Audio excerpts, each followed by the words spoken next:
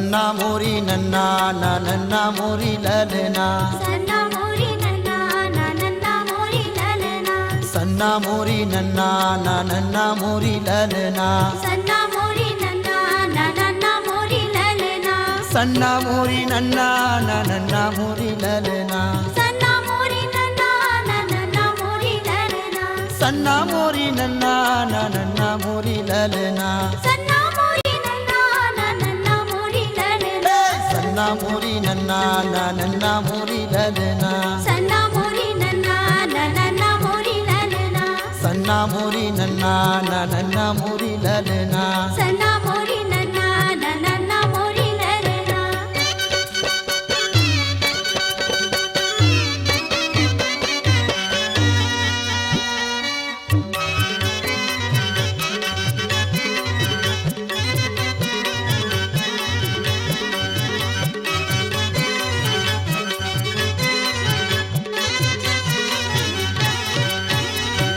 सन 1756 माया तार लिए ललना सन 1756 माया तार लिए ललना 18 दिसंबर सोमवार दिन रहिस ललना 18 दिसंबर सोमवार दिन रहिस ललना गिरदपुर के धरती माया महबू के अंगना गिरदपुरी धरती आओ महबू के अंगना चम चम चम कथे अमृत के पलना चम चम चम गथे अमृतिन के पलना बालकपन मा भारी तय महिमा बताए ललना सन्ना मोरी नन्ना ना नन्ना मोरी ललना सन्ना मोरी नन्ना ना नन्ना मोरी ललना सन्ना मोरी नन्ना ना नन्ना मोरी ललना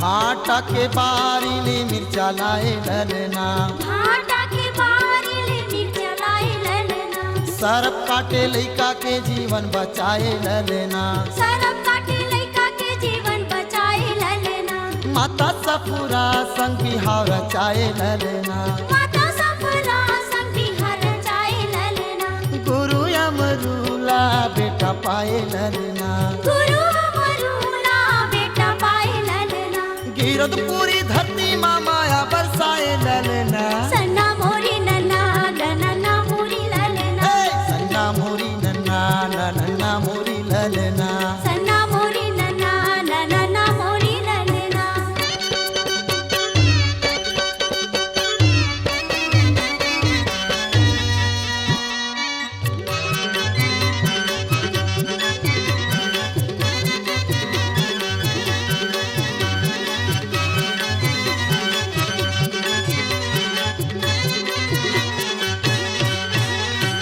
भगवा हिरन के घाट पानी पियाए ललना बगवा हिरन के संग पानी पियाए ललना दहरा के मछली ला दाना खवाए ललना दहरा की मछली ला दाना खवाए ललना बिना आगी पानी भोजन बनाए ललना बिना आगे पानी भोजन बनाए ललना अधरे नागर गली यार बैला रेंगाए ललना अदरे नागर गली यार बैला रे गाए ललना भटकत जोनी हंसाला रता बताए ललना सन्ना मोरी नन्ना ना नन्ना मोरी ललना सन्ना मोरी नन्ना ना नन्ना मोरी ललना सन्ना मोरी नन्ना ना नन्ना मोरी ललना सन्ना मोरी नन्ना ना नन्ना मोरी ललना सन्ना मोरी नन्ना ना नन्ना मोरी ललना सन्ना मोरी नन्ना ना नन्ना मोरी ललना सन्ना मोरी नन्ना ना नन्ना मोरी ललना